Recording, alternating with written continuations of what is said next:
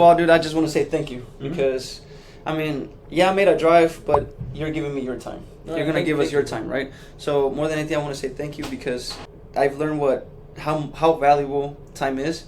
So I really appreciate you, man. Of course, bro. And thank you for having me on your podcast. You know, another good Guerrero right here.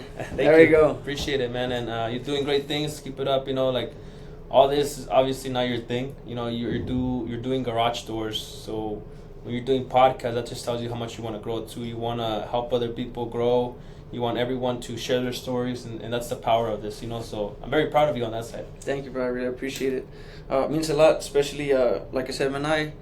I admire what you're doing, bro. I heard your podcast with Jonathan Rodriguez, right? I hope I got his last name right. Yeah. And it was just jaw dropping, bro. Because I was damn near hearing my story in your story, right? Yeah. And what I wanted to touch bases more than anything, bro, is the struggles that as immigrants, you know, we always hear es que no eres güero, no tienes ojos azules, ¿cómo la vas a hacer? You know what I mean? Like right now with the success that you have after coming to the U.S. and experiencing all those hardships from your dad going back to Mexico when you were 9, I believe, was it? Or 16? I was 16. 16, right? Yeah. 9 is when you came out here.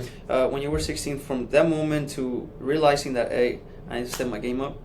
I'm the man of the house now. At such a young age, of course, that's a lot of pressure at 16 because most places don't even hire until 16 and a half, right? Exactly, yeah. So what was it that was in your mind that pushed you to overcome the hardships that you were going through at those moments? From the time, let's say, that you migrated, because when you came over, was it kind of like by yourself? Was it like... No, because I crossed the border, though. Yeah, you know what I mean? So, yeah, no, for me, everything, like, I didn't have that hardship.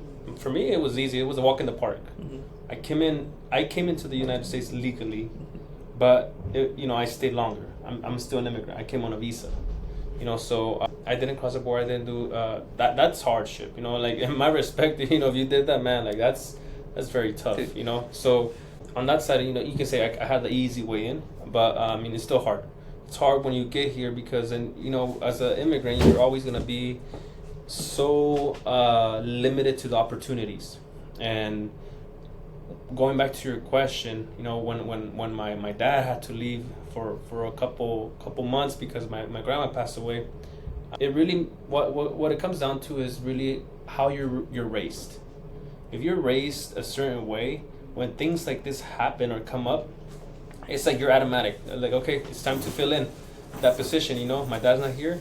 I'm the only man of the house now, I'm the only guy. So that's right. I need to step in, There's no like, should I not? What should I do? Like, it was just like, okay, you're a substitute. You gotta go in now.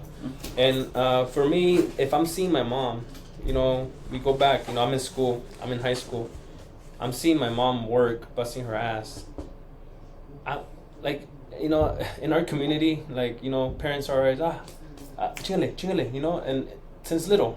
And how am I going to be like, okay, my mom's working, let me just chill and play video games, or let me just go and play with my buddies. Like, that just didn't feel right to me, I love sports. I'm super competitive, but when that happened, I missed a couple practices to go work because I know we had to eat. Right. I had to go make it happen, and I was working every single day after school for 2-3 hours. I was getting paid $10 an hour. I almost got kicked out of the team because I wasn't showing up to practices. But they knew the situation and they were lenient, and it all happened. It all happened really fast. It worked out, and then when my dad came back, really earned his respect. He's like, you didn't have to do all this, he really stepped up the game. And really, really helped me big time, because he was the only source of income mainly, coming in. My mom started cleaning houses, but once again, it was inconsistent, so I was making maybe like $140 per week. So me and my mom were like, hey, this is enough for just, veggies and fruits and, quesadillas, tortillas, like we gotta make it happen, Yeah. So then she's like, oh, okay, well, I'll get the gas money. And that's how we work together as a team, And I'm so grateful for that because if my parents didn't raise me like that, this whole thing would be different. I'd be more entitled to certain things. And that's like where you look at kids right now, they're so entitled to everything. They have a phone at a young age. They have iPads at a young age. Like, just these kids, when they're in the 20s, they're going to be entitled to have money, entitled to have a car, entitled to everything. They don't know the value of something. You know, when you look at my story, your story, like, we're in a generation, obviously it's changing, and technology is changing a lot for the good and the bad, you know. But when you look at people that are our age or even older, obviously, you know, like, times were different. Definitely. Times were super different. And I'm grateful for those times, because I would be completely different if I lived like in today's generation. Like, I don't even see how that would work, you know. So you know, when I was also in high school, like during the summer, my mom and my little sister was she was about 8 years old, and my smaller sister, she was like 3 years old. My mom would go to the fields and pick up garlic. And I'm like, damn, well, shit, my mom's kind of showing me how to do it, you know, so I gotta step up my game. So we would go up in the fields at 5 a.m, pick up garlic. We would be there until 7 p.m. and we would make like about $150 each. So I'm like, fuck, we're like, damn, it's hard work, but hey, it's good money, you know. So we looked at the end of the month, and then some months that we made like 4,000, and like, damn, like that was each, you know. So my mom was like, hey, you know, chingale, you know, and then like for her it was a beating, because we would wake up like at 4 a.m. She would like kind of prep some lunch. We would be in the fields until 7. She would still have to come home, clean the house, cook. She would go to sleep at midnight. And like when I see that, you know, as a woman, you know, my dad wasn't sitting down, but obviously he was still working too. But my mom just helped us push it even more, you know. So that's just a way like they raised us, you know. And obviously I'm the older brother. I have 2 other little sisters, but they're there too, you know. It's just an inconvenience, you can say, for them, because, you know, one was 3 and the other one was like 8 or 9, and we set up their little tent. They were in there, you know, playing with the little toys, but they were not at home. They were not watching TV. They weren't playing video games. They weren't doing none of that stuff, you know. So I grew up totally different. I mean, in the place that I grew up in, Colville, very small community, 450 people. Now it's probably like 300 something. But it's only because it's just in the middle of nowhere. There was nothing, you know. So everything that you did in the town, everyone knew you, like from miles away. They knew your story, and it got to a point. Sometimes they would get annoyed because, like, damn, chismosos, you know. Yeah, that's like I was like a puro chisme. Yeah, they're all in your business. But you know, I'm grateful for that, because now when you look at it, I can be like, damn, you know what? Out of those 18 students that graduated from my class, I can say I'm one of the more successful ones. I'm not saying I'm the most, because maybe there's more people that I never reached back. Maybe they're more successful than I am, but I know that I'm one of them that wasn't supposed to be here, you know. And when scholarships came up, I mean, I looked at the class. I'm like, damn, there's at least 6 nerds in here. There's no freaking way I'm gonna get any scholarships. But at the end of the day, I'm like, you know what? I'm just gonna follow through. I'm gonna submit them. If I win them, I win them. Guess what? I won 5. I won 5, and then 2 other people won like 1 or 2, and like it was between 3 students. It was me and 2 other girls. We won all the scholarships. I was not expecting to raise like $14,000 in scholarships. That is. And once again, it was just a mentality. I was giving up before I even applied by saying like, oh, the potential in the room, like there's no way I'm gonna get it. You were doubting yourself. I was doubting my own self, you know. So when I saw that, that's like we talk about momentum. The momentum, that's where the momentum started at a really good time from high school, because I got that, and I go into college, and now like I got some good money coming in from the scholarship. It was a good help, you know. And then I come to college, and then another problem, you know. Don't qualify for the Dream Act. They were about to kick me out of college because I'm a non-resident. I'm not supposed to be going to school because I'm immigrant. And it was another tough time that I got really depressed right there, you know, when I barely moved over here, because once again, up in Colville, I either went down to San Francisco, Sacramento for school, pay out of state tuition to go to Nevada, because I was in the borderline of Nevada, but I was actually in California. Like in a pura línea. Pura línea, yeah, like literally 5 minutes away. So I was either going over there or coming to SoCal, where I have family. That's why I came over here. And I'm telling you, when I went to Chiefy College, I had that little hiccup with her in the first 2 weeks. So when it happened, I'm like, fuck, like I don't even know. I feel like I'm not in control. Like I'm kind of like waking up, and I'm like, so am I going to school? Am I not going to go to school? Because one day they tell me I can, maybe it's a maybe. Maybe we can do something about it. Maybe you have to pay out of state, not out of state, but non-resident tuition. and then someone else shut me down. So it was hard, you know. I feel like it was yesterday I was going through that. And the person that was in charge, you know, when you go to college, you get counselors. You're assigned a counselor. And I was assigned a counselor. Well, she was the one that making everything complicated. And apparently I wasn't the only one. There was other people in the same situation that were going through the same thing. That were making sure that it was hard for you. So a week later, I get a call from Chafee. Hey, we need to see you. We have a meeting. It's regarding your counselor. I'm like, fuck, dude. I'm like, what's gonna happen now? You know, I was expecting the worst. Like I was dreading going there, and I find out that, you know, hey, the counselor that you had, she was fired because of certain things that weren't right. You have a new counselor, and the new counselor says, hey, I see a lot of inconsistencies. You do qualify for Dream Act. You qualify for a lot of things. You pretty much got your first year of school should be free because you got a lot of credits and blah, blah, blah. You have the scholarship money you talked about. So that was a moment that I was like, the relief. I was like, damn. I remember like that day after, like I was so happy. Like it was just like one less thing to worry about, you know. Now I gotta worry about like money flow, you know. I gotta go to school. Gotta still help my parents. Cause like for me, like as a Mexican, as a man, I don't want to be that person like, I don't have to work. I can just have my dad just shoot me some money, you know. I'm not. I know a lot of people they're like that, but I'm like, I'm not. How am I gonna be, you know, taking their money away and so I can just chill back and just like. It's supposed to be the other way around, right? Exactly, you know. So I hear you. I'm glad, like I said, everything worked out, and you know, those were the hardest struggles, and as we go, you know, it gets better. Obviously, we struggle every day. We struggle every day. Struggles are a little bit different. But now you get to a point where no matter what the struggle is, like you know how to react to it, and you focus on the solution versus focusing on the problem, and you're just so wrapped around the problem, and you're just making it worse because you're so wrapped around the problem. Why me? Why you? You know, like why does this always happen to me? And it's like always gonna keep happening because you're so wrapped around the problem. You know. And right now that you mentioned that. I actually had a conversation. I was having a conversation with one of an old high school friend of mine. Mm-hmm. And I mean, yeah, dude, we all go through rough patches. We all go through rough times. Like, that's inevitable, dude. Like, yeah, there's always going to be more negative than positive in people's life. Absolutely. And even the people that look like they're having the best time of their life, the most extraordinary lives, they have some shit going on. You know, just because they don't show it doesn't mean it's not there. And right? I'll tell you something, you know, social media lies a lot. Social media, you know, you can see, you can start with bloggers or YouTubers or people that do a lot of content. You see them living the life, traveling.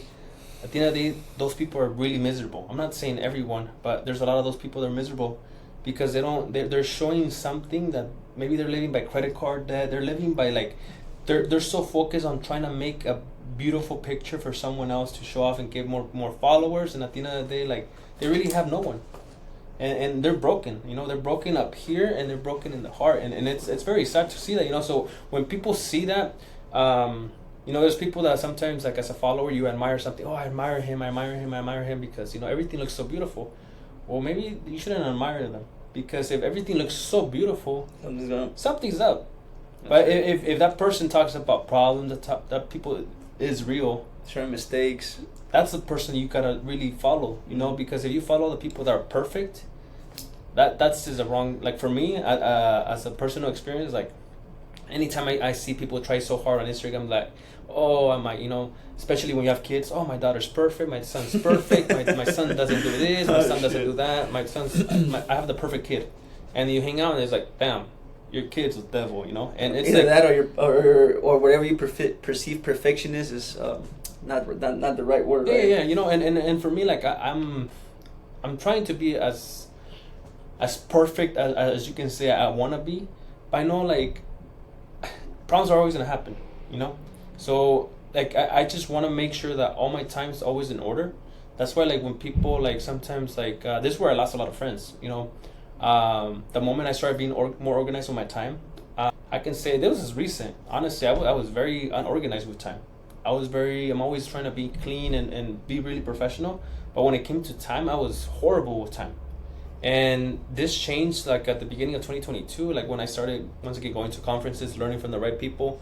They're always talking about time is money. And I'm like, fuck, I'm over here wanting to get money, but I'm losing a lot of time. So I need to switch this around, you know? Damn. So when I noticed that, hey, come over, you know, we're gonna have a barbecue this weekend, or let's go to the bar, let's go over here. And it was like, oh, man, that sounds like a good time. And I'm like, no, it's okay, man. It's okay. Guess what happens? Those people start saying, ya se cree. He thinks he's better than us. He thinks, he's got it now. It's like they say, brother. People want to see you grow up, but not more than them. Exactly. And it's always gonna happen. It definitely is. So, even I think Hormozy even, or is it Alex? Is it Hormozy? Hormozy, yeah. Hormozy. Even Alex Hormozy says that it's like he started right at a gym in a little corner with his little bed, and he always had all these people coming in. It's like, yeah, dude, we're cheering for you. Yeah. And then once he became the owner of the gym, became this guy and that guy, and now they're like, ooh, the same thing. He's like, ooh, like big boss man. Yeah. And people mock you, but it's like, okay, why now you're showing your true sides, coming from them. Mm-hmm. Because if they don't understand, hey, I can't be going to every weekend party or outgoing that you guys are doing, like. It's for a good cause, so if you really want to be a friend, support me in that, Definitely. And I lost, man. I can go a whole list. A lot of people I lost that friends, right? And I'm grateful for that. And when things really got down to now to finger friends, it was like after I got married, because a lot of the friends that I had were single. It's a whole different life. And they're like, oh, they're not gonna let you out. They're not gonna let you out. I'm like, bro. Ya te van a pegar. Yeah. So I'm like, you know what? Whatever you want to think is cool, but like you're just, it's kind of disrespectful to tell someone, te van a pegar. Like, I get it, we joke around all the time, but I mean, at the end of the day, if you wanna be telling, that's like talking shit, So you're talking shit like that. Sometimes, like, let's say we're talking shit about someone else, another friend that we have. You should think about it the other way. If they're talking shit about the person, what do you think they say when you're not there? Right. So that I always like reading everything that's around me. And when I hear a lot of people gossiping, and a lot of people, oh, do you see this? Do you see that? I'm like, okay, it's going on, but like, what are they saying when you're not there? Yeah, that's right. Because anyone that's talking about someone else, I guarantee you, at some point they talk about you, and that's always gonna be like that. Why? People are always going to be so engaged in other people's lives that they're wasting their own life. Definitely. And it's sad to see that. And they're always wrapped around the gossip. They create drama, and it's this like envy, and it's all the bad things, And it's all because of one thing. He's doing better than me. The growth. And it's like, if you were smart, if you would have supported me, I would have supported you back. You'd be right next to me. That's right. Lifting up. Exactly. Like I said, the tide rises old ships, man. You just didn't want to rise with the tide, man. Yeah, exactly. Yeah. So right now that we're mentioning that about, once you start growing, you start losing, certain people. What do you think of? And I heard this. I had Victor from the Driven Academy too. Mm-hmm. He's been sending me like some videos, like really good videos at that YouTube, and just to listen and learn. And he sent me one by John Maxwell, and I was watching on the way out here, and the first words of that the first words that came out of that was, growth is your responsibility. Mm-hmm. What do you feel that entails? What is it that growth is your responsibility? How will you break that down into your own personal life? Mm-hmm. How is it that how would that line up with what you've been doing, like when your growth from 2022 up to now? Mm-hmm. Is it something that you'll be like, yeah, I mean, it is my responsibility, or no, man, I'm doing it because of someone else? Yeah, and that's when we talk about having a strong why, because we always, like I said, sometimes we ride the wave.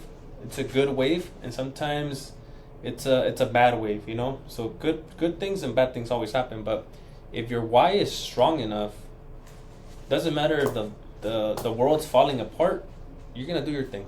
Like for me, like I'm so clear on what I want to do and what I have to do, that I don't care what's going around me, my surroundings. I don't care. I know that I gotta do things in order for me to become better every single day, 1% better, So if I act a different way, if we kind of go back to the gossip. If I'm in my office and I hear loud noise and let me step out, I might waste 10 minutes, 15 minutes, 30 minutes trying to see like, oh, what's going on right there, like, oh, what did they say? Why did the fight start? Why are the cops here? And like, you start losing momentum, and you start getting distracted. That's why social media is such a big distraction. You know, people go on social media and they start scrolling. Oh my God, look at them, and oh my God, they're so cocky, they're so this, they're so that, just criticizing you. Guess what? They're so distracted. They went on there maybe to post content, and now they got tied up around maybe some chisme or some news, and it's just like you wasted an hour of your time rolling through Instagram. But if you're focused, if you're clear on what you want to do, hey, you know what? Every time I go on Instagram, no distractions. I don't care what people are posting. I gotta create my own content. You're the content, you know. And that's where people get it, get it twisted. Social media, like, really is like, it's part of the system. It's to get you distracted. Definitely. You know, makes it so to waste your time, to keep you from 8 to 5, waste time all day on Instagram, on Facebook, all the social media platforms, and you're always gonna lose your potential right there on the social media. But if you use social media the right way, you market, you advertise, you talk about good things, you show people examples, you give them value, guess what? You're gonna get more followers, your product's gonna grow, and you're gonna reach your goals because you're using social media the way it should be used, not to show off, not to do none of that stuff. You know, if you want to show off, sometimes like people get it twisted. Sometimes like people, let's say we show off a watch, or we show off a car, whatever we show off, it's not really to show off. It's to show people, hey, you know my story, you know where I come from. This is what I have now. Like, it's possible. This is an example, you know, but people see it a different way. People, he's showing off. Okay, show off. I'm gonna unfollow him. Broken mindset. I was about to broken say, like mindset, a broken you know? mindset. And like you look at a lot of people that are making big time money. That's why some people, not everyone's gonna like you, you know, and that's what happens sometimes when you show off too much. Some people get offended. Some people get a little too soft on that side. But it's not. Sometimes it's not even for a bad reason. It's to show you, hey, you can have this. You can have this. I come from nothing, and this is what I have. Look, I love my life, and it's not really showing off. I'm just showing you what's possible. You know? Right now that you're mentioning that, coming from nothing, the other thing that really hit me, man, was the did you go on a live? I forget what it was, man. But I heard you. You had said that how can you be scared to go back to nothing when you literally started from nothing? Absolutely. Right. So right now you have your Rancho Express lube. Mm-hmm. You're the CEO of Rancho Express lube, right? The founder of Infinite Growth Expo. What is it that made you have that change, brother? To be like, yeah, I could lose it all, but fuck it, I'm going all the way in. Mm-hmm. What was it that pushed you to go all the way in into being like, all right, you know what, I'm gonna fucking take care of this. This is my, even if it wasn't at the time you were calling, right? Mm-hmm. But like, dude, I gotta do this. What was it? What was it that literally said, you know what, I'm going all in? You know, it's all perspective. When I first got the business, American dream, business, hopefully get my house soon, I'm done. That was kind of idea. The first year and a half of business, I was kind of like chilling back in my seat. I was hustling, I was working really hard to make money, but then guess what would happen? Look at the bank account. Like, damn, I've never seen this much money, you know? They started wasting it, you know? And then it wasn't until I realized, I'm like, damn, like this is not the life I want. This is not what I signed up for, you know? I don't want to have a business this year, next year, in 3 years, and then 5 years, I'm gone. I don't want that, you know? So what can I do to grow? Start investing money into mentorships, start going to conferences, events. The mentality changed. That's the main thing. Mentality changed, perspective changed.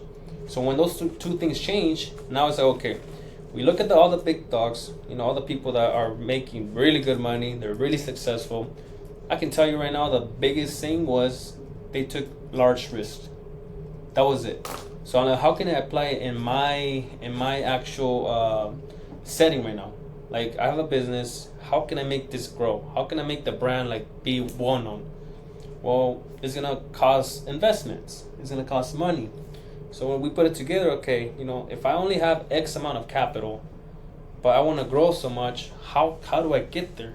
So it's all about reverse engineering, you know. So if for example, right now I tell you, hey, Jonathan, I have a mentorship for $500,000. I'm gonna take you to 5 million right now. Would you spend it right now? You're gonna tell me no, I don't have the money. Oh, hell no, dude. Maybe you do. Maybe I'm just giving you an example. But the whole purpose of that opportunity kind of happened with me. I had a really great opportunity. I'm like, damn, that's a lot of money, and I was just overthinking it, you know. But I'm like, okay, how can I get there? I can't afford it right now. I can't afford it next week. But how can I get there? That's a lot of money. Like, I need to raise that money. I need to raise that capital, you know? So I started implementing new services into the business, you know? Okay, how can I make this better? I was just doing research, studying the industry. And like, okay, I'm going to come up with 5 new services. Those 5 new services are going to help me get to that amount of money that I need. In 3 months, I'm going to reach my target. And that's what happened, you know, my very first investment that was really that big. I started looking at all those things, and then when you look at my books, you look at everything, it's like all the growth started happening, and then that's when I got it. Like, you know what? In order for me to be something big, I need to take large risks. And when I took that first large risk, I'm talking about like the bank account had almost 0. So you know why I like taking risks like that? Because it forces me. So if right now if we're talking about a big investment, I'm like, shit, I'm not even 50% halfway there, you know. But how can I get there? I study it, and then even if I'm not fully there, I'm like, okay, let's go. Got my word, you know. Let's sign. Now I know, like, shit, you can't back up, you can't fuck up. You have to do it. So it forces you to do all the uncomfortable things. So when I realized that, like, okay, this is very powerful, you know. If I look back at my growth, every time it's been like that. I never had the money. But you're never gonna have the money. You're never gonna have the time. You're never gonna have anything.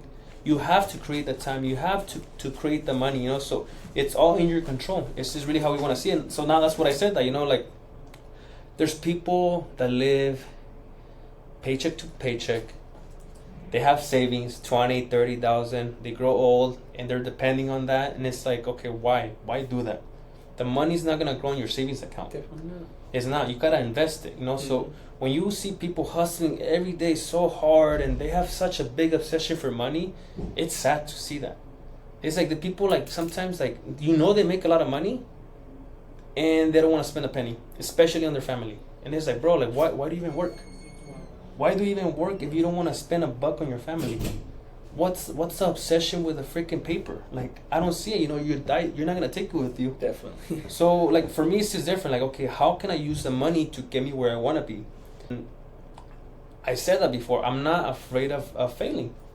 I'm not afraid of next month not meeting my needs, because once again, 15 years ago, 20 years ago, I was in the fields. We were making barely ends meet at the month, you know, like, eating like just regular food. I could really make it worse and end up back in Mexico. And we're talking about hard times, you know. So whatever happens here, if I put it all at risk, it's never gonna be as bad as my previous life. So why would I be scared? I'm not gonna die. If I know it's gonna put my family or myself in risk of talking about taking a life away, then it's a whole different story. But when we talk business, when we talk money, it's like, it's all risk. Mm-hmm. So, you know, if you're not gonna grow, you don't take a risk. Definitely not. That's the risk part is part of the growth. Mm-hmm. Being scared is part of the growth. Exactly. Not knowing, definitely part of the growth. Mm-hmm. So right now you mentioned that, you know, not like worrying about money literally is just, to me, I used to worry a lot about money, brother. I'm not gonna kill you, because I was kind of, you say you were like kind of just, you were working hard but chilling on the first year, right? Mm-hmm. I literally did that for the first 3 years of my business. Mm-hmm. How did I survive? I only paid $600 rent. I had no kid, no wife, Mm-hmm. right?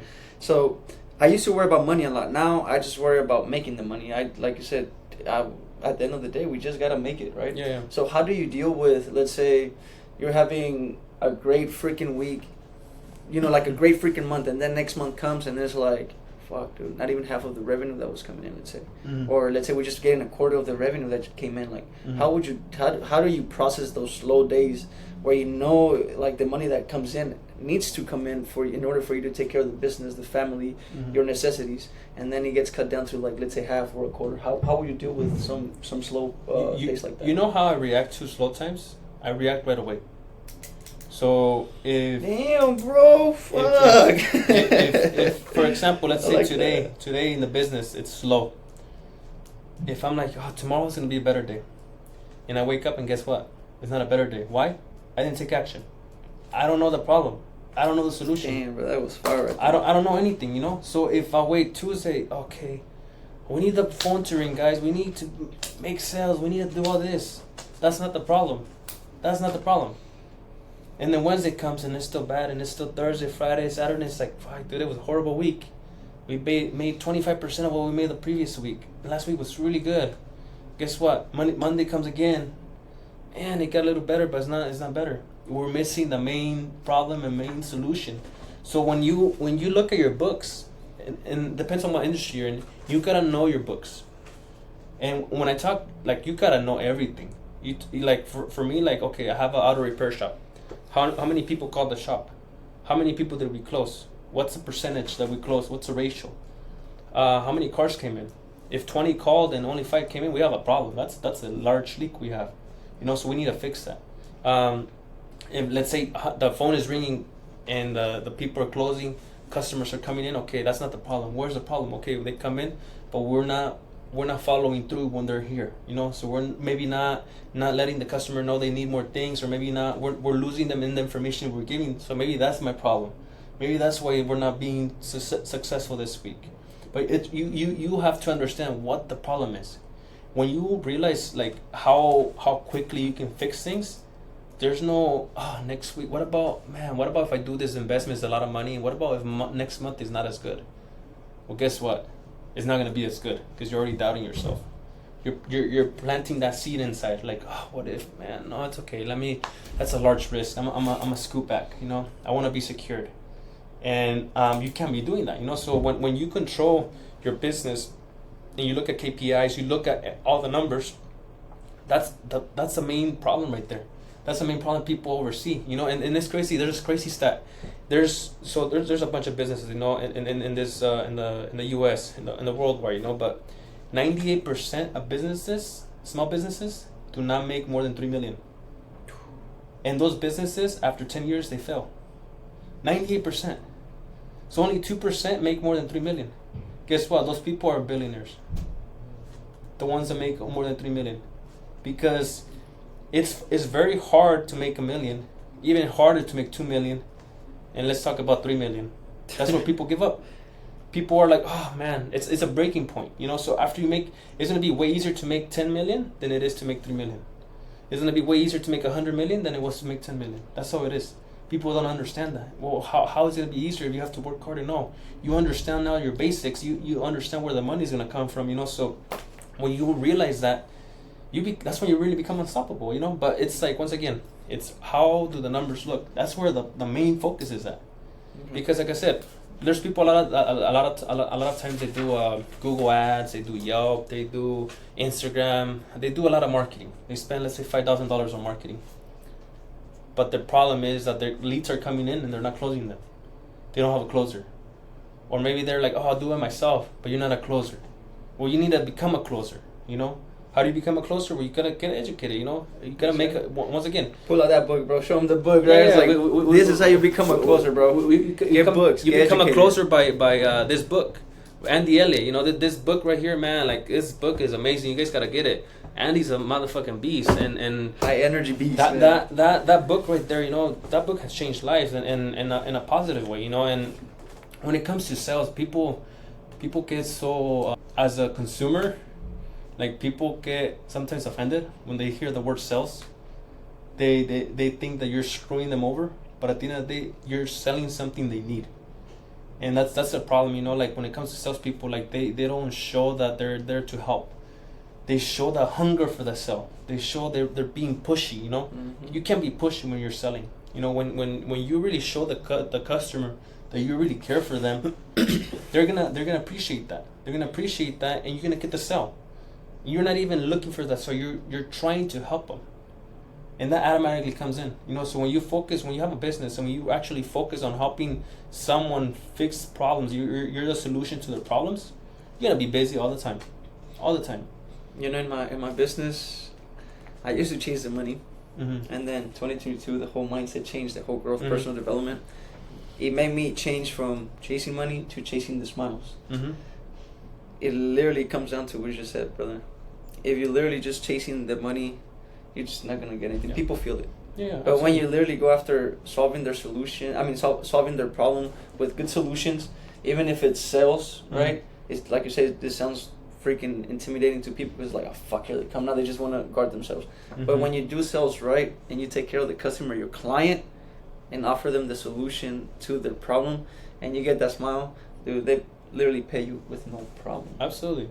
No problem. That's how it works, you know, and it's crazy, you know, when you really look at it, you know, like, for example, there's all the big brands out there.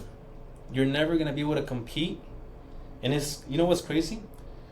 Like, when people hear a big brand, they rather go with a big brand because they feel secured. Yet, those big brands are the ones screwing them over. Those are the big brands that screw you over, you know? And then we have Jonathan over here that's always trying to help you. He's always trying to do, like, better things for you, deliver faster and everything, but people do not want to go with you maybe because you seem young. Maybe there's not enough reviews. There's people are like, I don't know if I should go. I don't know if I should trust them.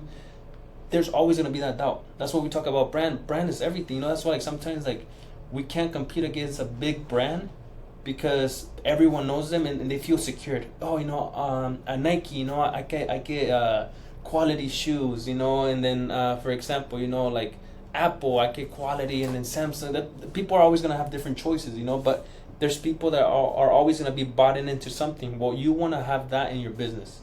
You want people to know, like, you know what?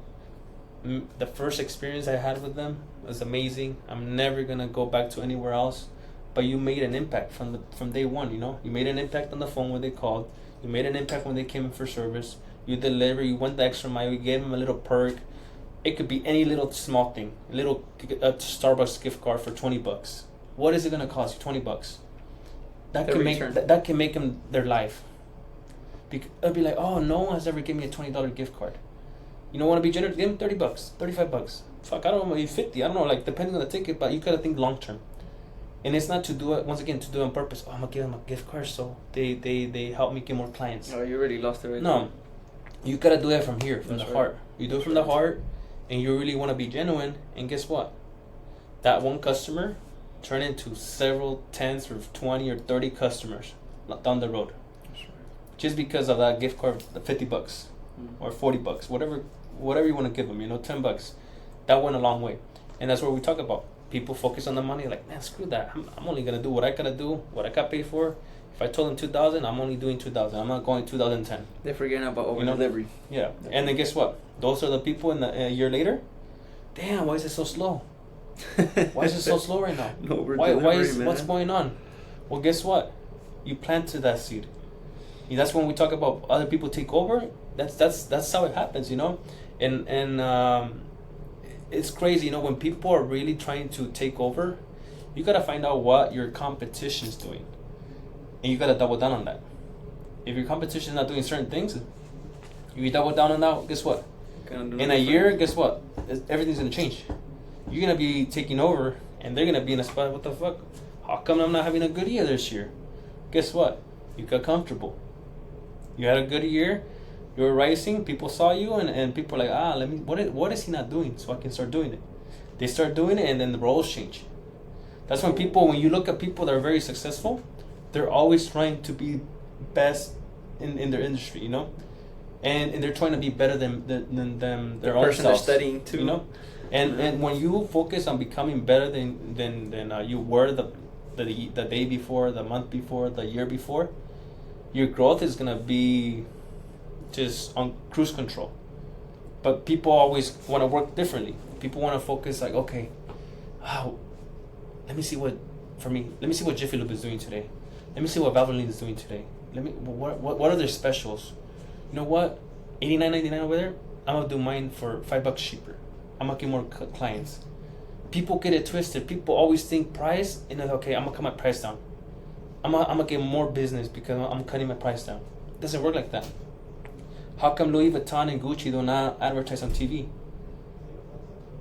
Their perfect customer is not gonna be sitting on their ass on TV, because those people sitting on their ass watching TV do not have the money to spend on Gucci or Louis Vuitton. That's right. When we hear Gucci, Louis Vuitton, all these brands, people automatically know them. They don't have to be running ads. They don't have to be doing none of that. Their brand is so big. Yeah. But okay, you look back, you look at Gucci's story, you look at Louis Vuitton's story, how they started is the same way. They didn't go from one year to another. Oh, big brand. We're talking about several years that they had to go now, but that was their mission from the beginning, to build something big. They were aligned with their mission and their vision. They didn't fall off. They didn't make X amount. They're like, okay, we're good.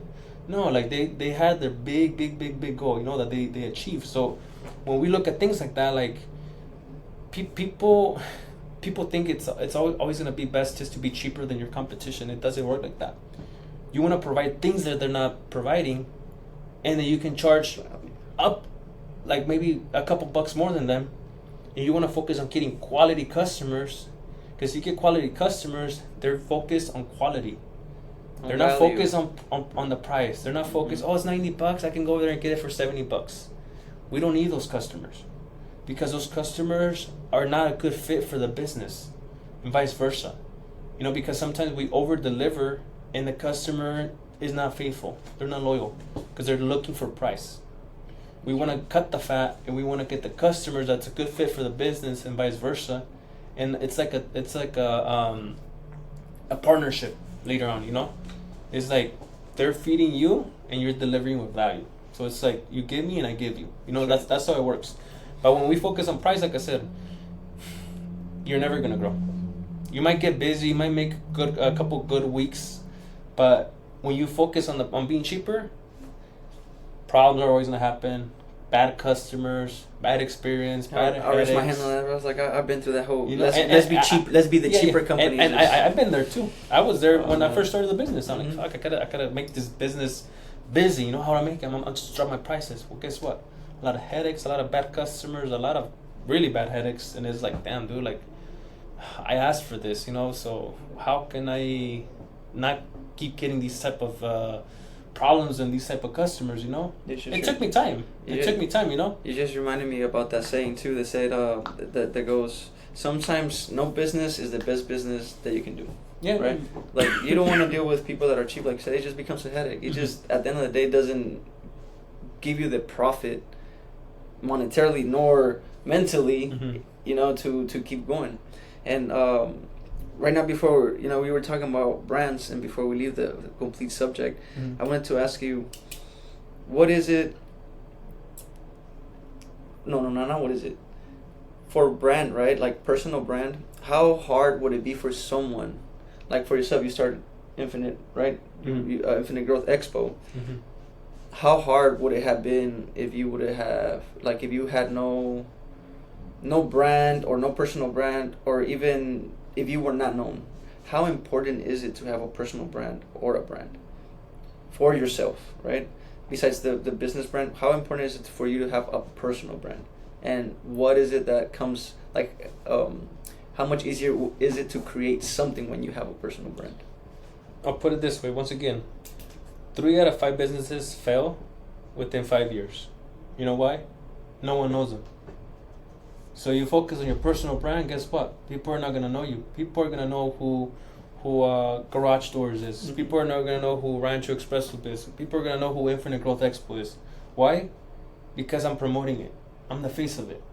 You want to become the face of something, but if you really want to become later, let's say make an exit at 10 years, if your face was so, like, that was your brand, like if I'm the face of the Infinite Growth Expo, it's going to be hard to sell. Because if you sell it, guess what? Well, you're like 80% of the Infinite Growth Expo. But if I build a brand, if I build a Rancho Express, so people know I'm the owner, but I don't focus it on me, I focus it on the business, I can sell Rancho Express. Because Rancho Express, they focus on quality service, they deliver good product, and that's the brand for Rancho Express. But if I sell Rancho Express, who's Nestor? If I didn't work on my personal brand, it's like I worked so hard for the business, but then I stay down here. You could stay afloat with both of them. That's why, like, once again, I didn't understand that. That was just recently, you know, when we talk about just, once again, people that are doing big things, you know. If you work on your personal brand more than anything, people can, like, all the people around the area, you hear Rancho Express and it's like, oh, Nestor. Some people are like, oh, yeah, just go to Nestor's shop. I forget the name, but people know who Nestor is. That's right. You know, people know who Nestor is. It didn't happen in the last 6 months. It didn't happen in the last 10 months. It's a process, you know.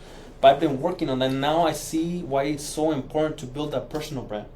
people gotta know you. You know, like we always talk about, oh yeah, I know this person, I know that person. No, like that's just pointless. Just shut up. Don't say that. It's just pointless to say I know this person, I know this person. It's who knows you. Who knows you? That's what you gotta focus on when it comes to personal brand. You gotta say, you know, there's 8 billion people in this world. How is it that only 30 people know about me? How is it only 100 people know about me and my business? How is it that only 1,000 people in my area know about this? For example, let's say Rancho Cucamonga, there's 233,000 people. How is it that I only have 12,000 customers? What happened to the other customers? Why do they not come with me? Damn, what a breakdown. You break things down, once again, like you're never going to have slow weeks, slow days, slow months. You're never going to have that because you're focused on the big picture. You're breaking things down. You're doing reverse engineering. You're doing reverse math. And when you look at that, okay, you can say like, you know what? I found the big problem. People don't know Rancho Express. People do not know Nestor Gutierrez. People don't know me. So when it comes to personal brand, it's all about us all the time. Content. Content is king. You are the content, that's right. You are the content. You know, so we talk about posting every day, stories, lives, those are crucial. Because guess what? You become relevant. People on Instagram sometimes follow just for pleasure, sometimes they follow because of a lot of reasons. But if you keep posting consistently, to keep talking about the same thing, people are not going to buy from you right away. Sometimes it takes 8 tries to have someone actually commit and come and give you a try. And they can be high school buddies, they can be sometimes it's even family. They don't support you. But then they see the good business, they see all the support, they're like, you know what? Let me give it a shot. You only get one shot, remember. If you screw that shot up, game over, man. You gotta fix that right away. Now, okay, I fucked that up. How can I make this better the next time, you know? How can I prevent this from happening again? So like I said, when you move quick like that, that's why I say always move fast. In a good way, you know, like I'm not saying like move fast, be reckless, but move fast in like fixing things. You know, because what's working today may not work tomorrow. What's working today may not work next month. That's why you always gotta adapt. You get like technology is freaking taking over, crazy, and you have to stay afloat. There's a lot of people right now that they don't use AI. There's a lot of people that don't believe in virtual assistants. There's a lot of people that don't believe in a lot of stuff. But guess what? They don't believe in social media. All those businesses are making an exit. It's sad, you know. So when I talk about those numbers, you know, 97% of businesses fell within the first 10 years. It's like, I don't want to be part of that club. How do I prevent from being part of the club? Okay, you know what? If 3 million is a breakdown, I need to get to 5 million. I'm going to be in a better group now, you know. In that group, you know, they're more likely going to hit 30 million. That's another big break point, 30 million. A lot of people that have businesses, small businesses, get stuck at the 30 million mark too.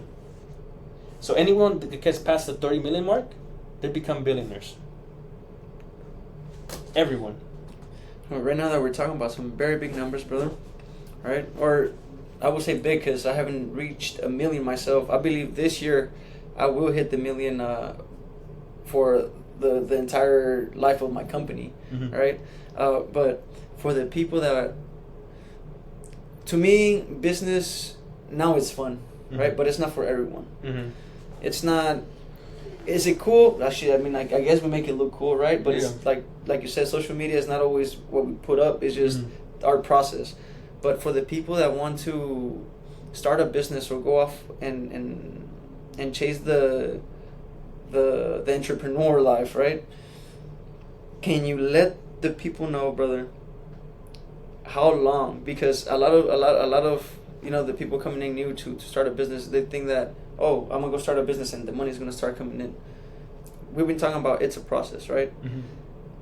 How long do you think, if as long as you're doing your work and, you know, doing everything that you can to do your sales, your systems, putting everything in place, as long as you're moving forward, how long do you think people should give themselves before they even see any type of money coming in?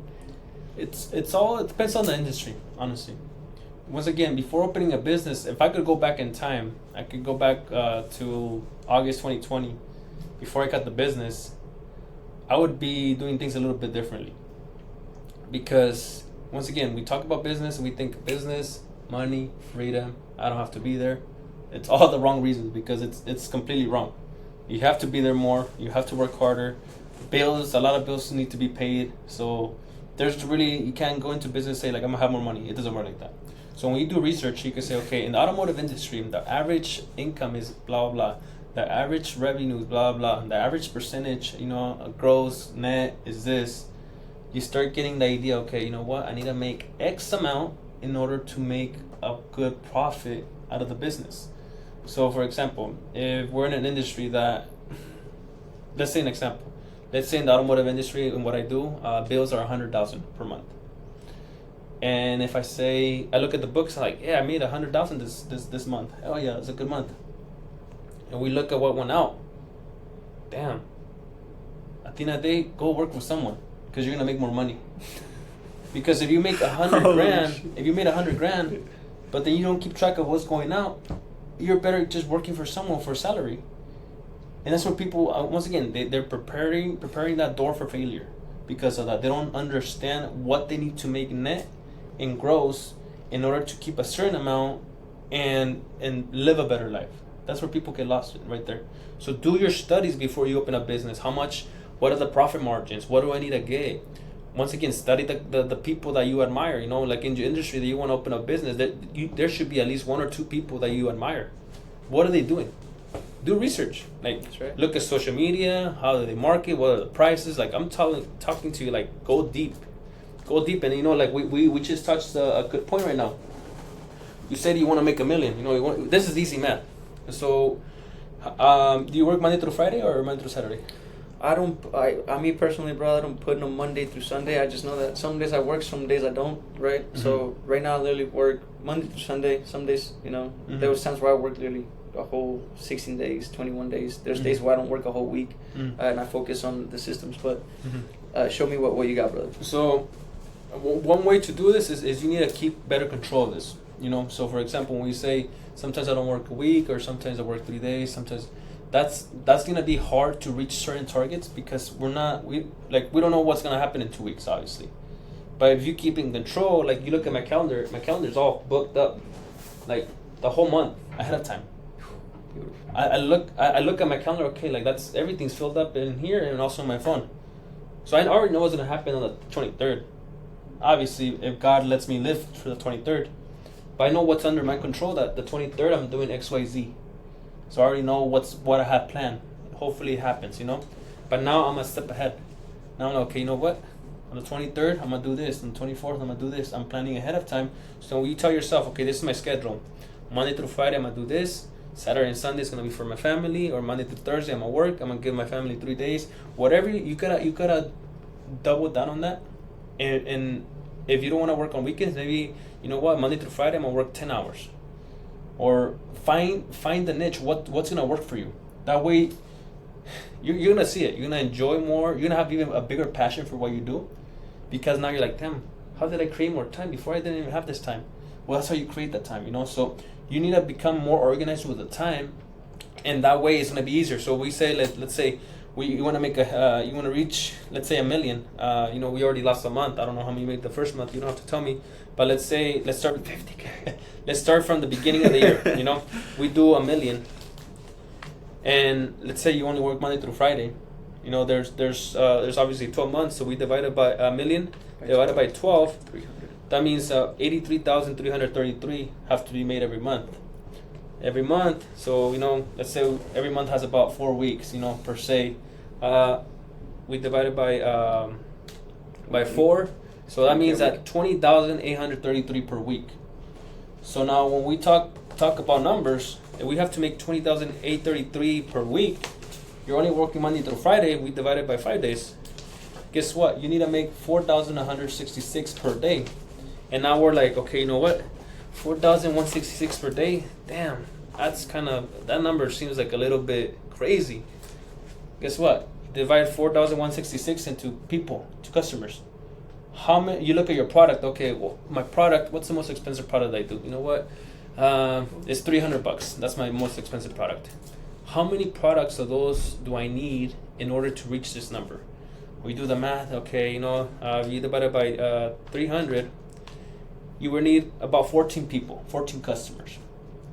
And right now you're like, damn, well, I have 3 customers. Well, guess what your problem is? You need to promote more. Holy fuck, this is crazy. You need to promote more. That's the problem. So that's what I mean. Like when we did that really quick, you know, and it's just, like I said, breaking things down, because it's very easy for me to say, you know what, this year I'm gonna make 10 million. I'm not gonna make 10 million. I might not even make 5. If I'm not planning things ahead of time, and if I'm not keeping my targets, it's gonna be really hard to hit them. So when we break things down from the beginning, you know, reverse engineering, reverse math, it's gonna be super simple. Now, like, guess what? The million, you're looking like, okay, if I need 14 customers per day, and actually, you know, I have a service that's 3,000, like, damn. Guess what happens? You start doing $6,000 a day. You start doing $10,000 a day. Because guess what? You're focusing on helping people. The people are gonna bring you the money, so you focus on bringing customers in the door. When you bring the customers in the door, they're more likely gonna leave you with 300, with 10,000, with 5,000, with 20,000. Right. It's gonna vary. That's your responsibility. And I'm not saying screw people over because you want to hit this target. Don't do it like that. Once again, you're gonna lose the reputation that you want to be known for. So when you do things, if you do them like that, it's very hard to have a bad week. I'm not saying you won't, but it's gonna be way harder to kind of go with the flow and say, like, you know, in 3 weeks, you're not sure if you're gonna have work. You're not sure if you're gonna have work all week. You're not sure if only 2 days are busy. Like, you gotta create your own time, and you gotta create your own work. And you can say, you know what, and that's what we talk about, having a team. This is the power of the team.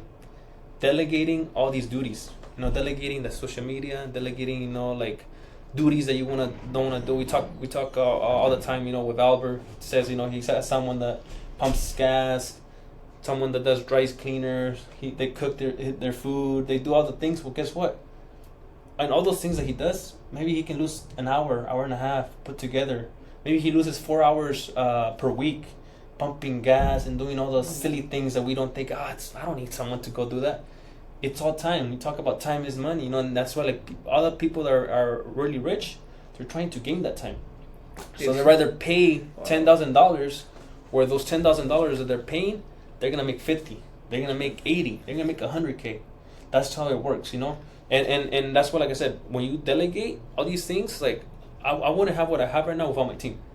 Never. Impossible. This is not a one-man show, or two-man show, or three-man show. That's fire, right? This is, like, we're talking about, depending how big you want to be, like, that's just your vision, you know. When I first started, that's the vision I had. I was like, damn, you know what? I had 4 employees. I'm like, damn, 4 employees. I look at payroll, like, fuck, dude, it's a lot of payroll, a lot of taxes.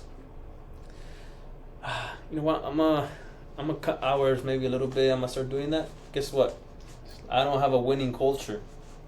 I'm focused on money. I'm not gonna create a winning culture by cutting hours. I'm not gonna create a winning culture by not helping my employees get what they want. I can't ask for loyalty for that. I can't. So if I do things right, okay, you know what? No, screw that. It's my responsibility to bring in work. It's my responsibility to keep them busy. It's my responsibility. So how can I make more money? You start doing all the little things that no one wants to do, the hard things, you know, the math, the breaking down, you know, and you're like, okay, you know what? Damn, well, now I have 8 people. I look at payroll like, damn, payroll's high, but fuck, dude, like, you look at the numbers, it's like, that makes sense. Like, I want 10 more employees. And that's how you start growing, you know, like you don't get your head wrapped around how much you're spending. You get your head wrapped around how much you're making, you know? That's way less stressful, honestly. Exactly, you know, instead of saving and cutting the fat, focus on bringing in more cheese, you know, like, that's what you gotta focus on, you know? So, there you go. So if you do that, like I said, like, it's the mentality changes, everything changes, you know. So that's very important for you to do, bro. Like do that, and like I said, you'll see progress right away. You know, you start looking at your calendar, and right now maybe you can say, like, well, I'm not consistent every week, because maybe you need more marketing. Maybe you need to spend, maybe if you spend 500 on ads, give a shot of 1,500. Maybe give a shot of 2,000. We're talking about risk. Give it a shot at 1,000. See what it does. But before you spend it, you gotta do research and see how it would work. Don't just go like, oh yeah, 2,000. You're like, I don't know if it's gonna work. Like, that's just stupid money. You know, it might work. It might. Once again, you gotta focus on what's gonna work. You know, I can tell you right now, a lot of my business comes from Instagram right now. Why? Because people can see it. People can see you. People can understand you. And I don't go on Instagram and be like, hey guys, $15 off, come through. I don't do that. Why? Because once again, that's not my audience. I don't want to attract people because of the price. I want to give value. And guess what happens with value? People ask questions. Oh, they do that. How much for this? How much for that? How much for this? They're interested. Someone's interested. Guess what? They need it. That's a lead that you got to close 100% of the time. They ask a question, they need it. If someone calls you, how much for this? Guess what? They need it. They're not calling just to have a brand new door. Let me call Jonathan. How much for a door? It's $2,000. Okay, thank you. And down the funnel. You know, people are always gonna call you because they need something. People are not gonna waste their time and call for the headphones if they have headphones that they're working. They're not gonna waste. And maybe there people do waste time like that, but the majority of the people that call your business is because they need something. So once again, it's your responsibility to close them on the phone. That's where everything starts, you know. So it's all we talk about, you know, systems and procedures and so many things. When you see the big picture, you put it together. It's like you say, you don't get to the shop. It's like, damn, everything's running automatic. You know, you see the people flowing, like that's what you want. Flow, yeah. You know, 2 years ago I didn't have that. You would see me in the front. I'd be like doing all the stuff. See me running around like a chicken head, like you would see me just all over the place. But when you start understanding, okay, that's not growth. That's buying a business. That's not being a business owner. Buying a good, what do they call it? Buying a well-paying job. And sometimes it's not even well-paying. You know, you stress so much. You're there 10, 12, 14 hours a day, and you look at your check and it's like, damn, all that work and I'm just getting this. Or nothing. Sometimes, like I said, it's better for you to go work for someone. Mm-hmm. And that's why, like I said, there's a lot of business owners that help their people, their employees grow. And sometimes good partnerships form out of an employee. That employee can be making way more sometimes than the actual owner. And you can be really successful. But sometimes, once again, employees can be like business owners sometimes. Why? Because employees are always going to be after the money. When you hire, what's the first question sometimes? How much are you going to pay me? How much are you going to pay me? Oh, okay. You tell them, oh, you know what? I'm not interested. Thank you. Tell me that. Thank you for telling me that. Because that just tells me you're focused on the money. And that just tells me the loyalty is not going to be here. Because if you came in for $28 an hour, if you hear 35 in a couple months, guess what's going to happen? You're going to leave me. Because you're following the money. And guess what? That person is never going to figure out the fact that the money is not the problem. The problem is them. Because it doesn't matter if they make $2 million. They don't know what to do with it. I can be like, hey, Jonathan, here's 55 million. I wish I had him, but here's 55 million. I wish you were giving to me, man. We're freaking growing right now. And you can be like, sometimes that's a question we don't ask. Like, what would I do with 50 million? We don't know the answer. But yeah, we want it, right? We want it. And that's what I mean. You know, the law of intention and the law of attraction. Like, you gotta know what you want it for. And do it with intention. Yeah, you can't be here and be like, I want to make $1 million. There's nothing special about it. Why? There's no clarity. Why do you want $1 million? If you make $500,000 right now, you throw it away. Why do you want $1 million? To do the same? There's no point in that. You gotta make sure, you know, I want $1 million because I'm gonna do X, Y, Z. That's my plan. These are my investments. That's why I need more money. Guess what? You're so clear on what you need the money for that you're gonna do it. You're so clear that, you know, you need X amount of money to do this. So that's where you're working for. You're gonna make it happen. And that's how I work now. Before the year starts, okay, what are my 3 big things I need to do this year? Okay, what's this? Okay, it's gonna cost me this much. It's gonna cost me that much. It's gonna cost me that much. How do we get there? Because I don't want to spend money from the company. I gotta generate more in order to afford that, and that's gonna make me more. So it's gonna help me grow in all aspects. But I need to generate it, you know. Sure. So when you do things like that, like I said, it's very hard to run into little hiccups like that. Obviously, problems are always gonna happen. Doesn't matter if you make 100K. Doesn't matter if you make 100 million. Problems are gonna be there all the time. It's just the amount of problems that you have and how you react to them that's gonna change. You know, so that's one of the biggest things. Right, now that you say that, man, one of the like you said, problems are always gonna be there, especially when you're trying to grow, especially when you're trying to freaking step out of your comfort zone. Adversity, man, is inevitable. Mm-hmm. So, like you said, man, the problem's always going to be there. You just got to keep pushing through. Absolutely. How long do I have you for, brother? I know we're about to hit or we're already at 11:15, so I don't want to. We can go for 15 more minutes. Okay, sounds good. All right, so I want to touch a little on your Infinite Growth Expo, bro. Mm-hmm. And there was something that you said on our last call that hit hard, bro. Mm-hmm. And that was support. You're like, dude, I had people buy tickets and didn't even come, and I was like, why the fuck didn't I do that? At least a $99 ticket, you know, because I wanted to come, and that was I believe that was around the time that my wife was having the surgery. Yeah, I remember. But I was like, why the fuck didn't I do that, bro? That's real support. Mm-hmm. Like, yeah, you talk about it, yeah, you want to do it, but why the fuck didn't you? Mm-hmm. And it got stuck in my head when I was thinking about it at the night. Mm-hmm. I was like, you know what? From now on, if I say I'm gonna support someone, I'm not just gonna say it. I'm gonna do something about it. Yeah. Right. So when I think about Infinite Growth Expo, bro, like literally right there, it was like, oh, a little bit of growth just happened in my head. Like the support, at least learning about support. For you, what is your goal, or what do you plan on reaching with Infinite Growth Expo? Mm-hmm. You know, first up, before I move in, when we talk about support, that was just an example, because you know when you do a lot of things, it costs $0 to share stuff. That's when I say, you know, you're gonna know who really is gonna be there to support you. I had when the event happened, I had people, you know, like donating tickets. I'm like, damn, they can't even be here and they're donating. That just tells a lot about them, you know. And then I have people that actually know me, that not a single repost, not a single share, don't even talk about it.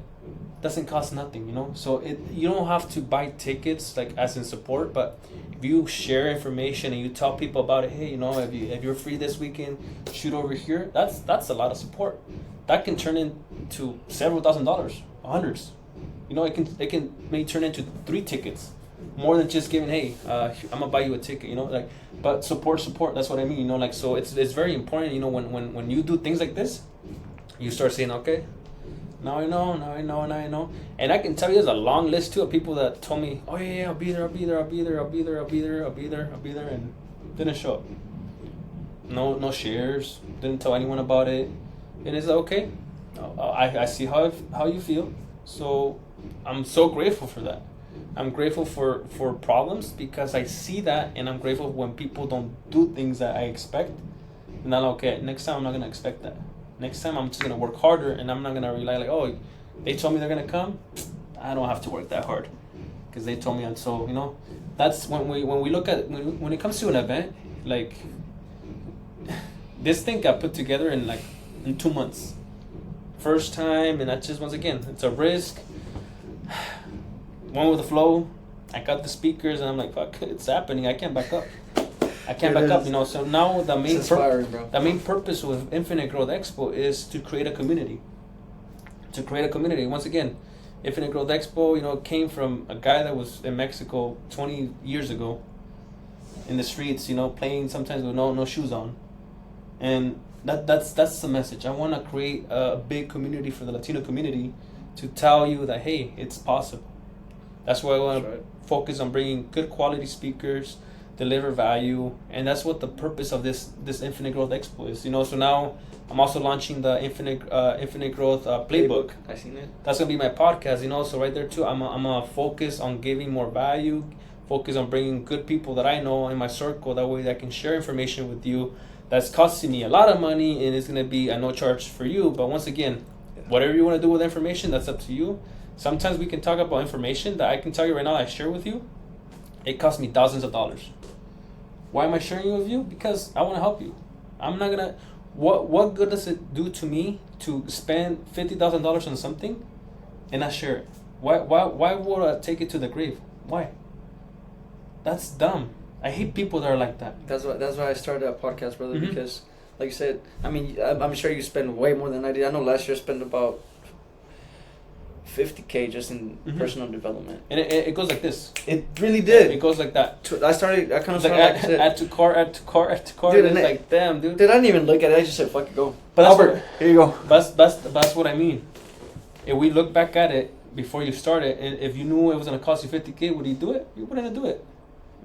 Once you start taking small steps, okay, $5,000, $10,000. Yeah. You see it working, I'm like, I'll do another $10,000. I'll do another $5,000. I started with $64 a month. You know, and that's what I mean. You know, yeah. But it's just like when it's like the big goal. You talk about $1 million, you chop it down, and it's like, damn, it's not that bad. Mm-hmm. When we talk about an expense like that, If I tell you right now, I think I spent like over 200K. It might be more, it might be a little bit less, but I know the numbers were on there. When the year started, I can tell you right now, that was not my plan. 200K, I'm like, if you ask me, I'm at 200K, man, I can get myself a nice car. Maybe I can do a lot of things. I can travel over here, I can go over there. But we're talking about fun, we're talking about having fun, and it's like... No growth. There's no growth in having fun. You have a really nice mindset, not exactly. a nice car. Which the mindset will get you the better, nicer car than the 250. Exactly, and then there's people that have nice cars, watches, and a lot of things, but they're broken up here. And they're only lucky. And those are the people that we can say, like, those are the people who are getting lucky because in a few years, they're going to regret having the Rolex, they're going to regret having the car, they're going to regret living that expensive life to show something to people on Instagram, you know. So that's what I mean, you know, when you focus on really growing up here, all the material things, they're going to come. Easy. Like this, it's just they're going to pour on you. It's going to rain on you, you know. So, you know, when it comes to Infinite Growth Expo, it's just, once again, like for me, like, I'm a very high risk taker and I make decisions on the spot. And it was just an idea. I'm like, fuck, like, it's just a curiosity. I asked Albert, yeah, I'll speak there. And then he's like, you know, start doing this, start doing that. Ask these people, what's most influential people you know, hit them up, just follow directions. I did them. They all said yes. I'm like, bro, it's just to touch subject on the paying for mentorship and stuff. Literally what you just shared, like even the little bit, you didn't even get into detail, but the little bit that you just shared in this little last 30 seconds is thousands of dollars that you spend just to get that little bit of information. Exactly. Which is why we have the podcast, brother, because a lot of people, even if they don't have the money, at least they'll be able to take some nugs. If they could run off with those little nugs and start something and at least build a momentum, dude, we're fine. The mission is... That's the whole purpose of this. Is completed. Because let's put it this way. I could be doing so many things right now, but we're here, once again, to help people. That's right. That's the whole purpose of the podcast, you know, to help people. We don't get nothing out of it, like monetary. Like, we're not making money, you know. We're not making money here, but guess what? We're changing lives. That's what it's about. It's way bigger. You know, it's way bigger than the money. Like I said, it's not about the money. It's not. Because the money, like, dude, I came out here, I have to pay for hotel, Airbnb, gas, time. I got here at 3 a.m. Am I complaining? No. Why? Because, dude, I'm enjoying it. This is it. God, like, dude, it sounds crazy when I say this, but I was like, God put this in front of me, and I'm not, like, I'm done saying no to this, like, the stuff that God has put in front of my road, right? So now I got, like, Albert saying, dude, start a podcast. I was like, fuck it, let's just start a fucking podcast. Like, it's part of my path. It's part of the road. And it's leading to this, meeting people, shaking hands, and providing value to people, bro, that really can't get the hands on it, or they don't know how to start. And at the end of the day, like, we're here, like you say, we're not charging for this, man. We're doing it for free. We're doing it out of the kindness of our heart. We're not doing it because we're getting paid, right? And that just tells you, you know, like, you should really, for example, for anyone that's listening to this podcast, if you're listening to it, please take action. The last thing you want is us to spend an hour right here talking to you, you spending a whole hour listening to this podcast, you get pumped, you're like, yeah, and then you go out there and you don't execute. You know, you want to make sure you always execute. You don't want to waste your time. And like I said, I hate when people say, like, oh, I don't have time for this. Oh, I don't have time for that. I don't have time for this. You break it down as, okay, you work 8 to 5, you get off. What do you do after 5? What do you do for those 13, 14 hours, 10 hours? Yeah, do that damn thing. 5 on social media, 12, another 2-3 hours on video games. And what about you have a family? What time do you give to them? Absolutely nothing. Because you're so focused over here, you're focused over here, but like that's what I mean. Like, you gotta create that time. If you have no time to go work out, guess what? Wake up an hour early. Make that time. You remember the conversation we had about waking? I think I had it with you. Where if you wake up an hour early, how many more days you would get throughout the year? Oh, absolutely. Yeah, it was. Was it like 15 days? Was it or? No, it was 31 days. 31 days. There we go. It was 31 days. Yeah, if you wake up an hour early every single day, in the long run, in the whole year, it ends up to 31.3 business working days. But just by 1 hour. Now imagine 2 hours, 3 hours. That's why people get they get ahead so far, because they wake up at 3 in the morning. They wake up 3:30 in the morning. They wake up at 4 in the morning. you look in the long run. For some people right now, they're already ready for 2025. They're about to start 2025, and we're barely in the second month of 2024. But they're so ahead of time. That's why those are the people we talk about. They're so ahead of time because they're spending money to delegate duties to gain that time. You know, that's why they're always seeing, like, oh, they already see something coming their way. They act right away. When it comes, guess what? They saw a dragon coming and it turns to a fly. It's like, easy, you know? But they prevented something big by just waking up an hour early. And we always hate waking up early. I hate waking up early. But I know I get a lot of things done. So the day I'm lazy and I don't want to wake up early, guess what happens? You're lacking motivation. You're waking up. You're hating yourself, man. Oh man, lacking energy. You show up. Oh, these problems are happening. Like, oh my God, why me? Why today? I'm so tired. I didn't sleep. I'm sick. You're restarting with the left foot. Exactly. You know. So guess what? That your day's not gonna get any better. So just might as well just go home and sleep. Like, just that's gonna be a better day. Just call it a fucking day, man. Yeah. So I'm not saying every day in my life is perfect. It's not. I wish it was, but it's never gonna be perfect.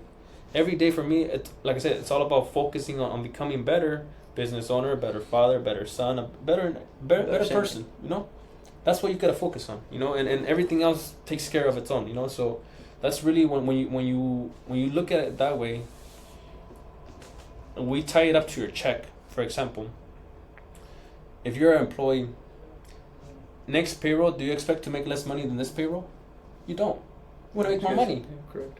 So you wake up today, how do you expect to make more money than the previous day if it's not in here and if it's not in here? And then you're waking up late. Yeah, and you're waking up late. So that's why, like, when you get clear on that, okay, like, if you wake up with lack of energy, that's like saying, like, you want to make less money than you made the previous day as a business owner. If I'm just chilling today, I'm just going to chill. That's saying, like, you know what? You don't want to get better. You don't care what happens today. You're not in control. You're lacking energy, you had a bad day, rough day, blah, blah. Shit's going to happen to everyone. Shit's always going to happen to everyone. People are going to have problems regardless. People are dying. People, like, so many things are gonna happen in the world. You know, brother, right now they said people are dying. My grandpa passed away when I was at the mastermind. Remember the mastermind? The 5K mastermind? Oh, yeah. On the way home, dude, they fucking called me. Damn, really? I was like, fuck. Mm-hmm. I'm going through Central Valley right before Fresno, bro. My sister calls me. Mm-hmm. And she goes, dude, she didn't even say dude, but she goes, my grandpa left us. Bro, I just lost it. I was like, yeah. Well, I have my wife and my suegra and my kid and my cuñada, right? Mm-hmm. So I literally just went, I said, I'm gonna see, bro, and I put my freaking legs on the top of the dash and I just went like this. And I just freaking held myself, like it was kind of like hugging myself type deal, right? And I'm like, it's alright, dude. Like, it's alright. It's fucking alright. Mm-hmm. Like, this type of situations, we work through. Yeah. No matter what. Yeah. At the end of the day, and I'll go back to how I told you I was having a conversation with a friend not too long ago, a couple of days ago. I was like, dude, I recently lost my grandpa. Mm-hmm. At the end of the day, the situation, like, for instance, that situation itself, at the end of the day, will you rather just be like, fuck, I lost it, like, I lost my family, like, yeah, fuck yeah, it hurts, like, yeah, it hurts. No other, of course, but you know there's sacrifices and everything they did for you to get you to here, just so you could be like, shut yourself down. Crumble, yeah. You can't crumble. Yeah. That would be a disrespectful thing to exactly. do to them. And obviously, when you're in pain, it's very hard to understand. It's like right now we're not going through it, so it's gonna be really easy than it was when we actually went through it. You know, that's why, like, all this, when someone's going through it and we try to motivate them, it's gonna be the hardest thing ever because they're so focused on the person they lost. They're grieving, and like, that's the last thing that they're thinking about. But when you kind of, like, once again, you had a big problem, they're not here with you, you crying is not going to make them better. They're not going to bring them back, unfortunately. You know, it's just part of life, it's part of the process. That's how it works, you know. So when we look at things like when we run into scenarios like that, sometimes it's just to make you stronger. We don't want to lose someone. We don't, but we have to go through it at some point. So sometimes it's better to go. God knows why. Sometimes it's better to go through it at a certain time where you don't. It's never gonna be the right time. It's never gonna be the right time. but they're making you stronger by having you go through certain things in order to prepare you for the next chapter. That's you know, right. so when we look at things like this, like, yeah, you know, you really want to look at the big picture. You're gonna be like, you know what, he's not here. It was a great time. You know, you look at all the memories.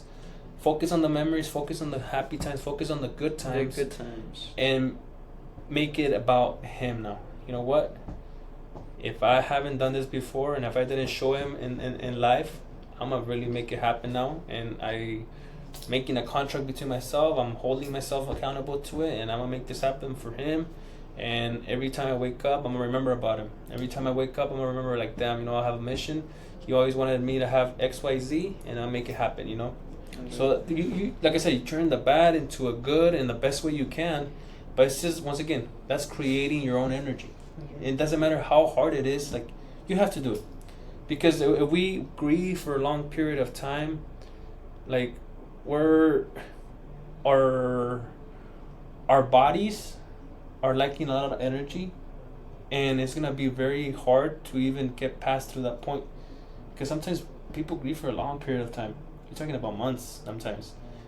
It's very hard. And it affects everyone around you, man. It's very hard. You could do something for yourself. I've lost. Yeah, I lost uncles, aunts. I lost grandparents. I lost people, and I can tell you, I hate the freaking ring, that phone ring, early in the morning, late at night. Like, fuck, man. It's like when you least expect the call. Yeah. It's like, I hate that call. I hate that call, but it's like not under my control. I wish it was. I wish I could just control that. You know, all you gotta do is focus on yourself, pray, thank you God for another day. And the controllables. Yeah. What you can actually control. That's just pray. That's it. God knows why He does things. God knows why we're here. God knows why it's our purpose, and God knows everything. So it's our duty to once again make every day count. Focus on becoming better and do what you're here for. You know, that's right. That's the whole purpose. Oh, brother, I really appreciate it. Yeah, of course, bro. I'm gonna ask you one last question, so we could, you know, let you get back to your thing. We got you on Guerrero's podcast, right? You're literally my first freaking interview. Oh, so again, I really appreciate it. Appreciate it, bro. And I want to end it with this. What is it? What does being a guerrero mean to you? You know, being a guerrero is just about, once again, leading by example. How do you expect to show people you're a guerrero if there's no track record? It all starts with leadership, you know. So being a guerrero is about, like, showing people, hey, you know, you can't tell people what to do if you haven't done it yourself. You know, so you want to be a true guerrero, you look at all the people that are great warriors, they're great leaders. That's right. They're always ahead. They're the first wolf in the pack. Great problem solvers. They're the ones guiding you. He goes down, hey guys, well, I did my part. As the people in the back, they got his back. They're going to follow through now. And if those people that want to quit, let them quit. But that's just part of being the warrior, you know. That's why I love the warriors, you know. That's right. But that's just my definition about being the warrior. You know, you gotta be a great leader, and you gotta make sure that you're always gonna be an example for someone out there, because there's a lot of people that need that positively that you have, and they need that energy.